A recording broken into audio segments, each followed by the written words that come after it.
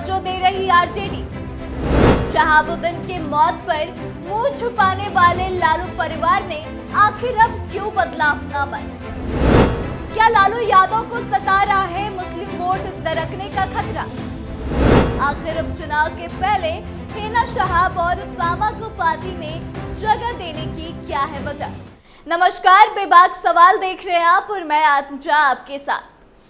कभी राजद के लिए जान छिड़कने वाले शहाबुद्दीन के देहांत के बाद वही लालू परिवार ने शहाबुद्दीन के परिवार का साथ छोड़ दिया। यहां तक कि शहाबुद्दीन की मौत के बाद लालू परिवार के किसी भी सदस्य ने उनके परिवार से मुलाकात नहीं की। यहां तक कि उस वक्त पूरा लालू परिवार दिल्ली में मौजूद था, लेकिन उसके बावजूद भी लालू परिवार के किसी सदस्य ने वहां जाना जरूरी नहीं समझा। हालांकि शहाबुद्दीन के देहांत के 13 दिन बाद तेज प्रताप ने उसामा से मुलाकात करी थी, लेकिन तेजस्वी और लालू यादव दूर दूर तक नजर नहीं आए। उसके बाद से हिना शहाब लगातार लालू परिवार पर यह आरोप लगाते आई कि राजद वालों ने उन्हें अकेला छोड़ दिया। यहाँ तक कि हिना शहाब ने बीते लोकसभा चुनाव में सिवान से राजद के कैंडिडेट के खिलाफ चुनाव भी लड़ा था और यहाँ से हिना शहाब और आरजेडी कैंडिडेट दोनों की ही हार हो गई।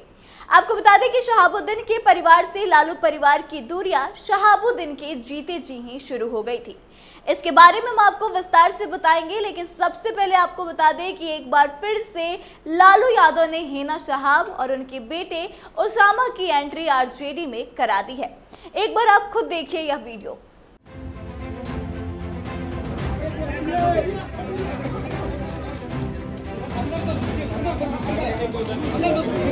आगे से हटिए, आगे से हटिए मैडम, आगे से हटिए।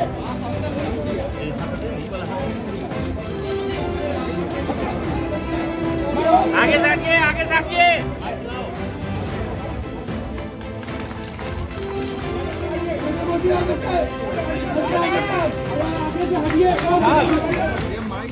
तो ला के दो ना आगे से।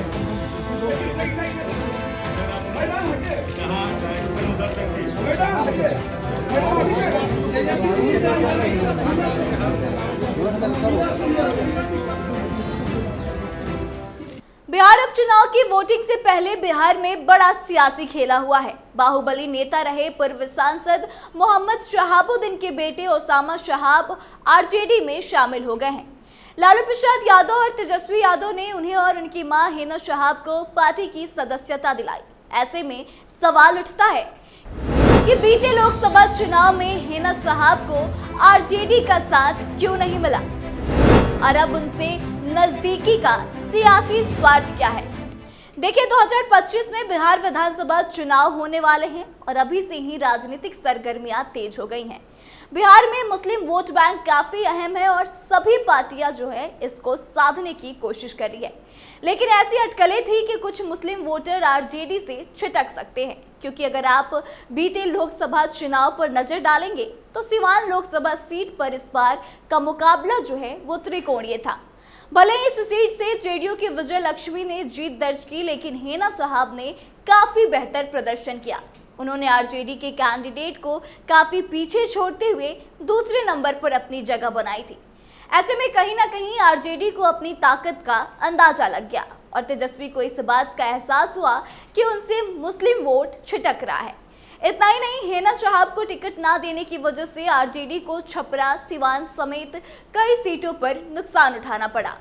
जब 2025 का चुनाव अब नजदीक है और ऐसे में मुस्लिम वोट बैंक के कई दीवाने भी मैदान में आ गए हैं, चाहे वो प्रशांत किशोर हो या फिर AIMIM।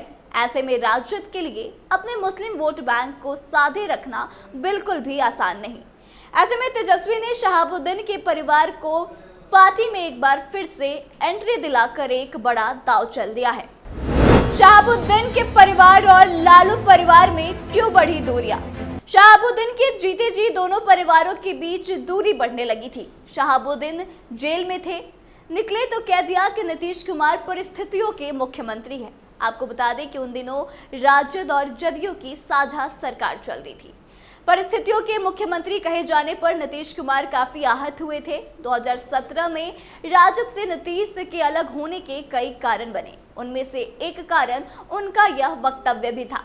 हालांकि उसके बाद से शहाबुद्दीन पर कानूनी की सख्ती बढ़ती गई। सजा के दौरान ही उनका निधन भी हो गया और तब से लेकर अब तक राजद और शहाबुद्दीन के परिवार में दूरियां बढ़ने लगी। लेकिन एक बार फिर से आरजेडी ने बड़ा दांव चला है और फिर से शहाबुद्दीन के परिवार को इस्तेमाल करने की कोशिश की है। आपको बता दें कि बिहार में लगभग 17% के आसपास मुसलमानों की आबादी है और इस पर प्रशांत किशोर की भी नजर टिकी हुई है। इतना ही नहीं, AIMIM के कैंडिडेट भी उतारे जा रहे हैं उपचुनाव में। तो ऐसे में कहीं ना कहीं अब लालू प्रसाद यादव और तेजस्वी यादव को इस बात का एहसास है कि उनके लिए शहाबुद्दीन का परिवार कितना जरूरी है और उनके आने से उनके जो MY समीकरण में टूट देखने को मिल रही है, खास करके मुस्लिम समुदाय में जो टूट देखने को मिल रही है, वो वोट बैंक फिर से उनके पास आ जाएगा। लेकिन सवाल यह उठता है कि क्या यह सही है कि अपनी जरूरत के लिए लोगों का इस्तेमाल करना, या कहां तक सही है? आप कमेंट करके अपनी प्रतिक्रिया जरूर दें, वीडियो को शेयर करें और आगे की तमाम अपडेट्स के लिए देखते रहे कैपिटल TV बिहार।